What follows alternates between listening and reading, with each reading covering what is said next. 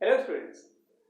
In previous classes we have discussed about the Le-Chatelier's principle, in which we have discussed about the direction of the reactions in forward direction or backward direction, and so many effects we have learned. Today we are going to discuss about a new topic that is known as the ionic equilibrium. तो ionic equilibrium में पहुंचने से पहले हमें ये जानकारी होनी चाहिए कि एसिड और बेस क्या होते हैं, इनके थ्योरीज कौन कौन से हैं और किस तरह से कौन सा एसिड या बेस बिहेव करता है। ठीक है, तो चलो हम लोग देखते हैं।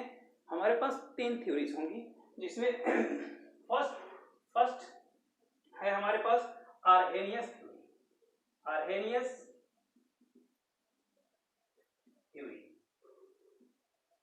जिन्हें हमें डिस्कस करना है। Second theory is Brønsted-lorry concept. Brønsted-lorry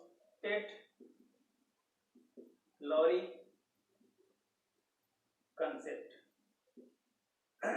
और हमारा जो थर्ड थ्योरी है वो है Lewis acid base theory. Acid base theory. Generally we have to discuss about all these 3 theories about the acid and base. Acid base theories. Okay, acid base theories, acid और base को define करने के लिए हमारे पास 3 theories हैं। First is Arrhenius theory. इसमें हम लोग डिस्कस करेंगे कि आर्हेनियस ने क्या कंसेप्ट दिया था। उसके बाद हमारा है ब्रॉन्स्टेड-लॉरी कंसेप्ट।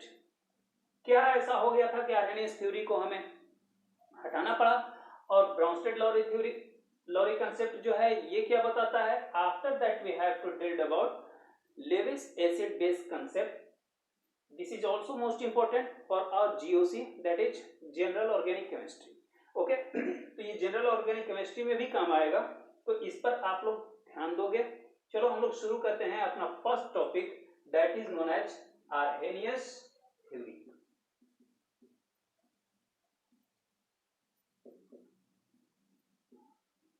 तो देखो आर्हेनियस थ्योरी क्या कहता है।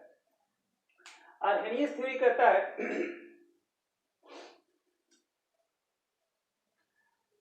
कि कोई भी substance, if any substance is dissolved in water, if any substance is dissolved in water and gives H ion, they are known as acid. Means ये क्या बताते हैं कि according to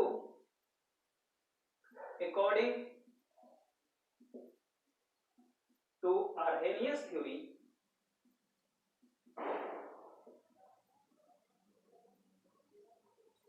according to Arrhenius theory, acid और base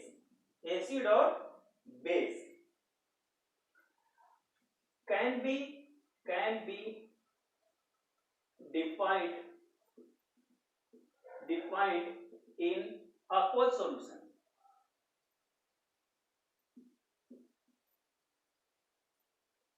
acid और base को किसमें हम डिफाइन कर सकते हैं, aqueous सॉल्यूशन में ही डिफाइन कर सकते हैं। ठीक है, तो इसके अकॉर्डिंग मान लो हमारा एसिड क्या होता है। आर्हेनियस ने बताया कि वे सभी सब्सटेंस जो वाटर में डिसॉल्व करने पर, all those substances which dissolved in after dissolving in water gives H plus ion, means we can write as substance which gives H plus ion, sorry, H plus ion on dissolving in water. मान लो हमारे पास है HCl कैसा, aqueous condition। aqueous condition का मतलब क्या हुआ कि water, HCl is dissolved into the water, it forms aqueous solution, it dissociate into H plus ion and Cl minus, it gives H plus aqua and Cl aqua. In this case we have seen here after dissolving HCl into water it gives H plus and Cl minus, means H ion दे रहा है तो हम इसको क्या कह देंगे, acid कह सकते हैं। ठीक है, अगर हम दूसरा एग्जांपल देखें, H2SO4, H2SO4 aqua gives 2H plus ion aqua plus SO4 2 minus ion aqua. It also gives H plus ion, hence it is also known as acid. तो इसको हम क्या कह सकते हैं, एसिड कह सकते हैं। ठीक है, इतना कंसेप्ट आपको समझ में आया। आर्हेनियस थ्योरी डील करता है किसमें, aqueous सॉल्यूशन में, इसको आपको ध्यान में रखना है। Arrhenius theory deals in the aqueous solution, and according to Arrhenius theory, all those substances which gives H plus ion on dissolving in water, that is known as acids. Okay, copy it, and after that we will discuss about other some more important topics.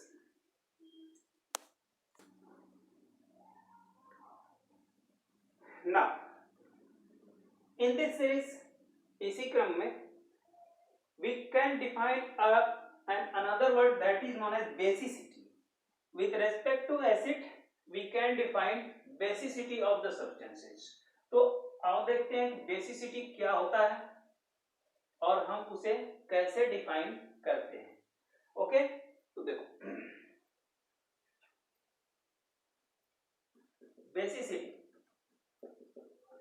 Basicity क्या होता है, number of, simple way में आप लिखो तो number of H plus ion dissociated by any species,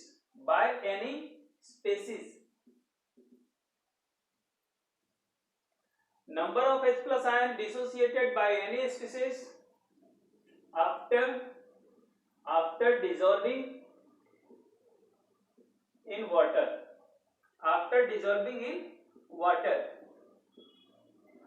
known as basicity. Means basicity, if we have to find out the basicity of any species, then we have to calculate the number of H plus ion dissociated by that species. Okay, like HCl aqua dissociated into H plus ion aqua, and then Cl minus aqua. Look here, one H plus ion is dissociated by HCl. In this case, we can say that basicity of HCl is 1, and hence HCl की basicity कितनी है, 1. क्यों, because 1 H plus ion is dissociated. एक H plus ion dissociate हो रहा है, इसको हम, इसलिए हम इसकी बेसिसिटी कितनी कह देंगे, 1, and hence it is also known as, it is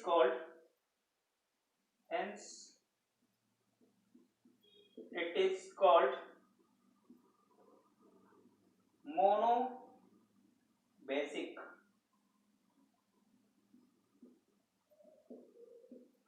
okay, इसको मैं क्या कह सकता हूं, monobasic. If any substances gives 2H plus ion, that is known as dibasic. If any species gives 3H plus ion in aqueous solution, that is known as tribasic acids.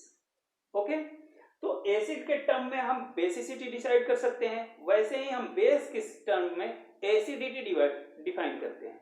तो चलो उसको भी हम देख लेंगे। अब एक दूसरा एग्जांपल अगर हम लेना चाहें तो H2SO4 aqua dissociate into 2H plus ion aqua plus SO4 2 minus ion aqua.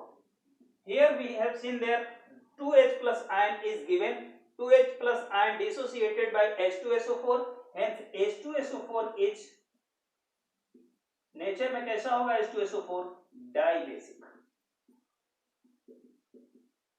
ठीक है, इसी तरह से हो सकता है ट्राई बेसिक। तो इसे आप कॉपी कर लो, आगे बढ़ते हैं।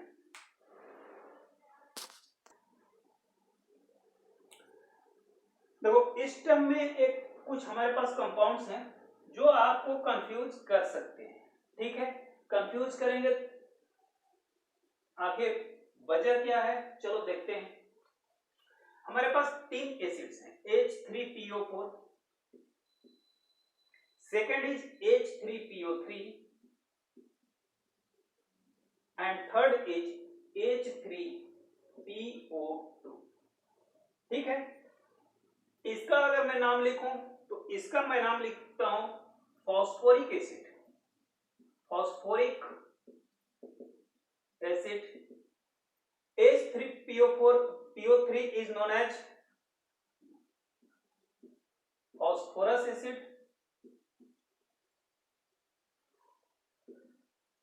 H3PO3 को मैं क्या कहता हूं, फॉस्फोरस एसिड, और H3PO2 is known as hypophosphorous acid.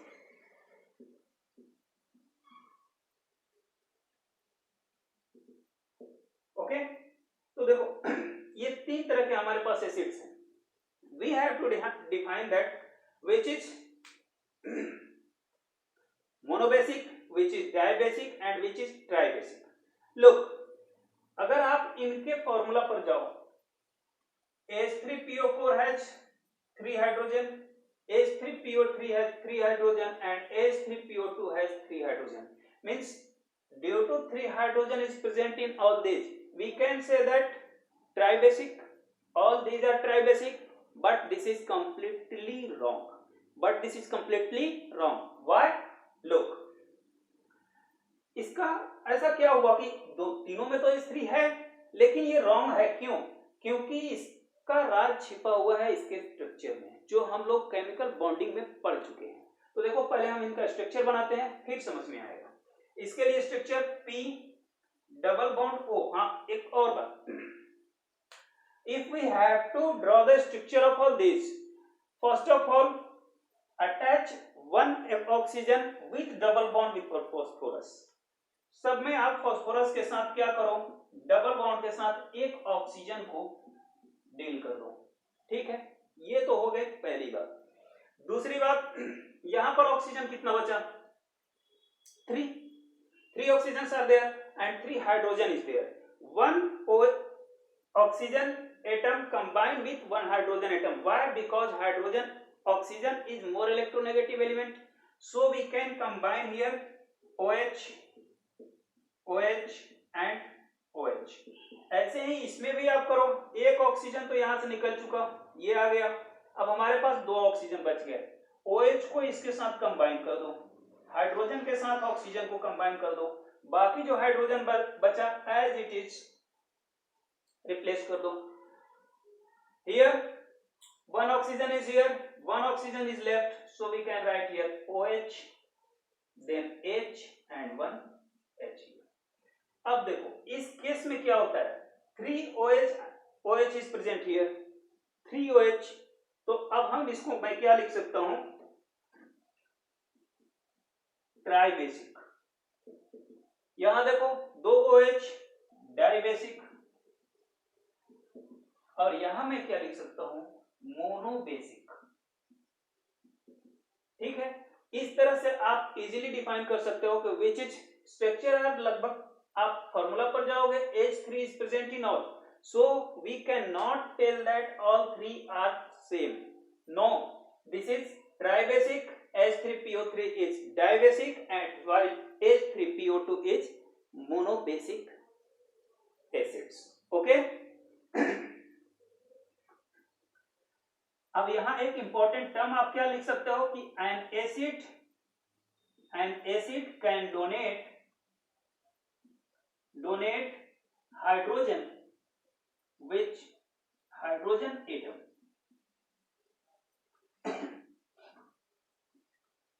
which on dissolving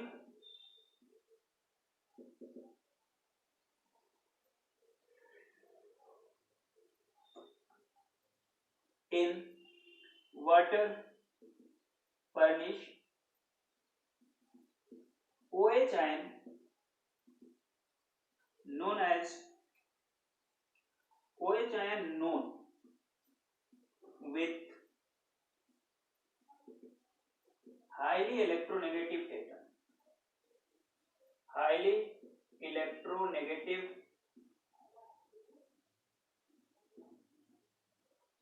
atom.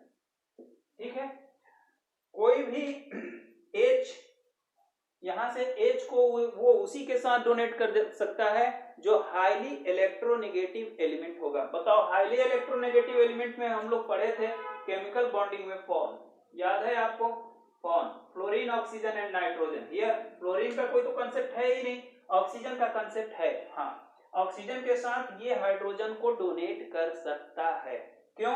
क्योंकि oxygen is more electronegative element. Copy it.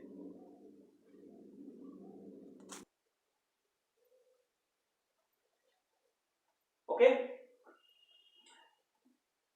as Arrhenius gives more information about the acids, he also gives about the bases. Some information he has given about the bases. According to Arrhenius, what is the definition of bases? Arrhenius tells us that bases are those substances which can give OH ion, OH minus ion after dissolving into the water. Means we can write as substances which on dissolving in water, which on dissolving in water can donate और क्या लिख सकते हैं? Dissociate OH ion, OH minus ion is known as, इसमें क्या लिखेंगे? R। Substances लिखें R known as bases। इन्होंने बताया कि अगर कोई सब्सटेंस डिसॉल्व होने के बाद, वाटर में डिसॉल्व होने के बाद अगर OH आयन देता है, क्या देता है? OH आयन देता है, they are known as bases. Like NaOH aqua gives Na plus aqua and OH minus aqua. Here OH ion is dissociated, hence NaOH is known as, इसको मैं क्या कह सकता हूं? बेस कह सकता हूं। Okay, same as Mg twice of OH, what? Aqua gives Mg 2 plus OH 2OH minus। ठीक है, तो यहां पर आप क्या देख रहे हो? 2OH, ये हो गया क्या? तब हम क्या कहेंगे? MgOH का वोल्टेज को क्या बोल देंगे? This is base. किसके अकॉर्डिंग? अकॉर्डिंग टू आर्हेनियस ने कहा कि if any substances dissolve in water, it gives OH negative ion, then they are known as base. If it gives H plus ion, they are known as acid. Okay, in this term we can decide the acidity। देखो, acid के case में हमने क्या decide किया था? Basicity. तो base के case में हम क्या डिसाइड कर सकते हैं? एसिडिटी डिसाइड कर सकते हैं। मींस एक टर्म आता है आपके पास एसिडिटी। एसिडिटी होता क्या है? तो जिस तरह से number of H plus ion are known as basicity, उसी तरह से यहां पर क्या आ जाएगा? Number of OH minus ions are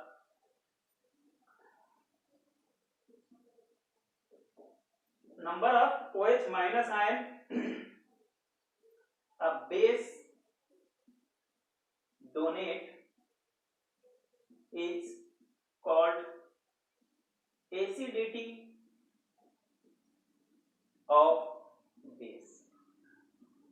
base का एसिडिटी हम क्या कहां से डिफाइन करते हैं? नंबर ऑफ OH है। नंबर ऑफ OH आयन जितना होगा हम उसी तरह से उस बेस का एसिडिटी डिफाइन कर सकते हैं। क्लियर है ना? अब देखो, जो आपको सीखना है वो है, एक सेकंड एग्जांपल लेते हैं। एग्जांपल सेम एच NaOH ले लो, NaOH aqua Na plus aqua and OH minus aqua.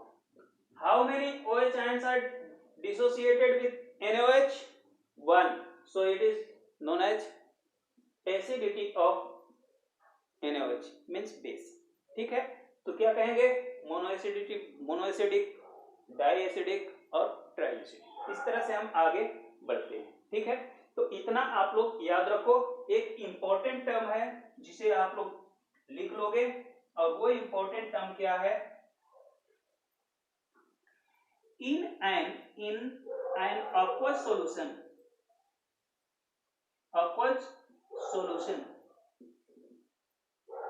H plus ion exists as hydronium ion।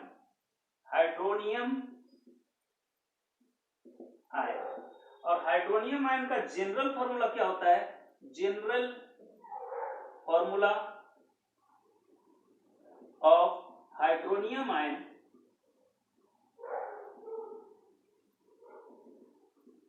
Is equal to H plus under bracket H2O whole to X। और X क्या है? X can be 1 2 3 4 etcetera. ऐसा क्यों होता है?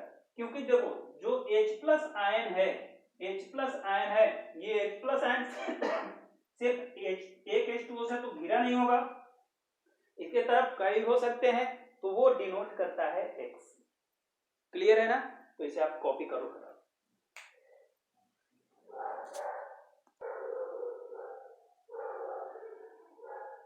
After giving all these informations about the acid and base by the Arrhenius, some limitations are also there।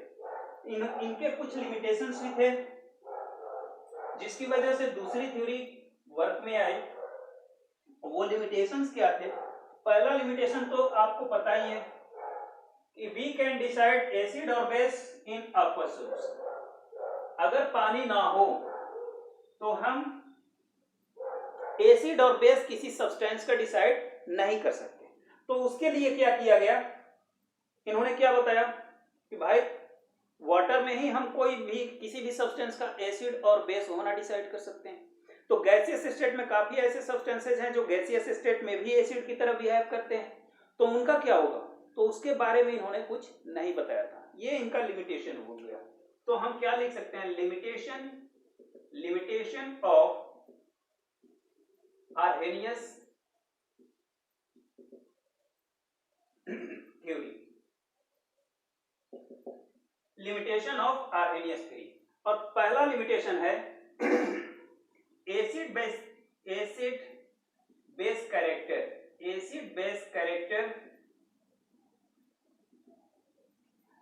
can only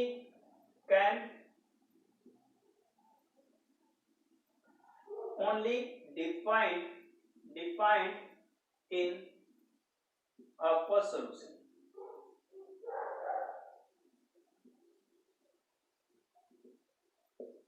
ठीक है। Second limitation, इनका सेकंड लिमिटेशन था कि it can not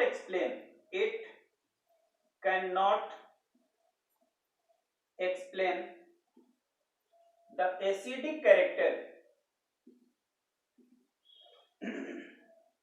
It cannot explain the acidic character of HCl gas or AlCl3 gas। Means gaseous state में it is filled. If any substance is in gaseous state, it cannot define that this is acid or this is base. Okay. Third point is it cannot explain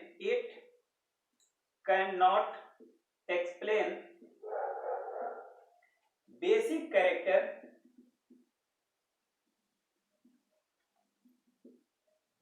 of some substances.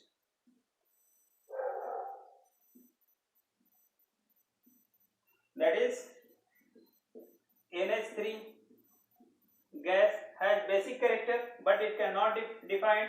Next, PH3 gas, means in case of gaseous state it is completely filled.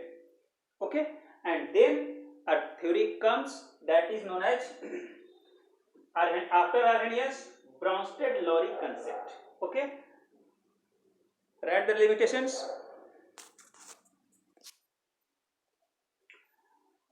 So ionic equilibrium में first of all we have seen here that ionic equilibrium tells us about the acid and base character.